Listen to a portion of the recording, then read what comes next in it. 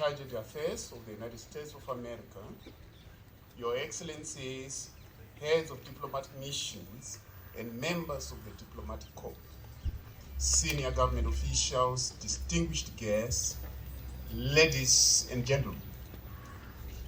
I am delighted and honored to join you, Chargé d'Affaires, Ave Lademont, and your distinguished guests at this occasion to celebrate the 2046th anniversary of the independence of the United States of America.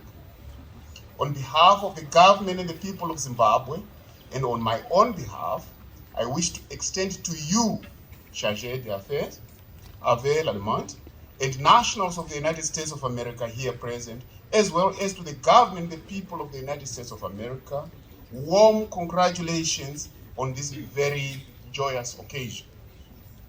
Chargé d'Affaires, Ave Lademont, let me say at the outset that the values and principles, including the right to life, liberty and dignity, that we are celebrating here today, are also deeply cherished in Zimbabwe. Just like the founding fathers and mothers of the United States of America boldly declared independence from the king who was deaf to the voice of justice, Zimbabweans dared take up arms to shake off the yoke of unjust rule and domination by colonial settlers. We in Zimbabwe cherish the ideals of independence, freedom, justice for all, rights of all peoples, and a democratic and prosperous future for our people and all the peoples of the world. Chargé d'Affaires, you have just reminded us that your history has been a painful struggle to realize these principles. As you are well aware, Zimbabwe's freedom was watered by blood, sweat, and tears of tens of thousands of Zimbabweans, and we value it just as much as Americans value their freedom and independence. Of course, 42 years, barely 2 generations of Zimbabwe's independence have been far from perfect, just like the USA's 246 years, almost 12 generations, have not been flawless. However, in the same way that the Union of the USA has stood the test of time, our young republic has been tried and tested and is making progress in many areas. We fully concur with you that citizenry of every country must be actively engaged and be free to hold the government to account within the confines of the law. We in Zimbabwe have endeavored to ensure that all Zimbabweans have access to a good education so that they are informed and in a position to fully engage in the democratic process in the country. In addition, we had the courage not to allow a historical injustice happen by taking back our land. A country is land, a country is territory. Without land, without territory, there is no country. You rightly pointed out that there has been significant cooperation between our two countries in health, in agriculture, the environment, energy, and many other areas.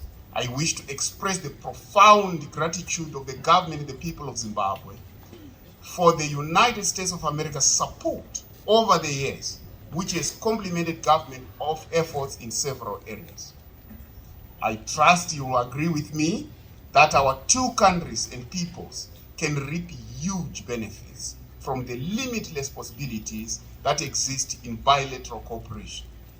Famous brands of products and services from the United States of America, some of which are displayed here today, have a huge footprint in our country, including in food and beverages, clothing and footwear, vehicles, agriculture, information communication technology, life and health, as well as music and films.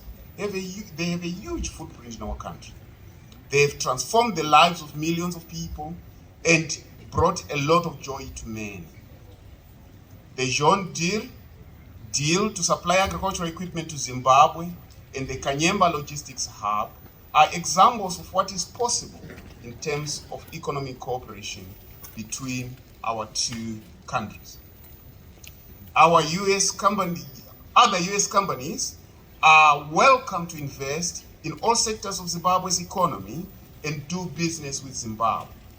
We are encouraged by the call on US companies, by the State and Commerce Department to do business with Zimbabwe. We really welcome this heartily. This truly validates our mantra that Zimbabwe is open for business. I'm grateful that, as you also stated, there is a strong educational and cultural tie between our two countries. It is highly significant that there is an ever-growing Zimbabwean alumni of the USA universities here in Zimbabwe, as well as in the USA, that is contributing to the development of both our countries. There's also a vibrant community of Zimbabweans in the USA that is active in various sectors of the economy. This can only bring us closer together culturally through embracing people-to-people contacts. I believe that our aspiration for a better Zimbabwe and your wish for its economy to flourish can not be realized if Zimbabwe continues to be hamstrung by the Zimbabwe Democracy and Economic Recovery Act and the presidential executive orders on Zimbabwe.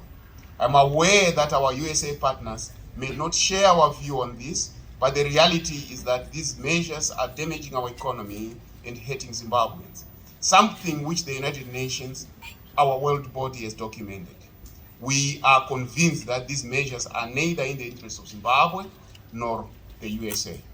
Both countries are missing out on many opportunities for trade and investment. We certainly share your frustration on that COVID-19 has restricted conduct between us. Let me assure you that we are always open to any opportunity to dialogue and on many aspects of our relationship. Chargé d'Affaires, Avel Alemant, we have made ourselves very clear on the conflict in Ukraine. Suffice it to say that we firmly believe that all peaceful measures to bring an end to the conflict must be pursued. We see no other way to bring durable peace and stability in that part of the world but dialogue, taking into account the security of both parties to the conflict. Chargé d'Affaires, Avel Alemant, distinguished guests, I thank you.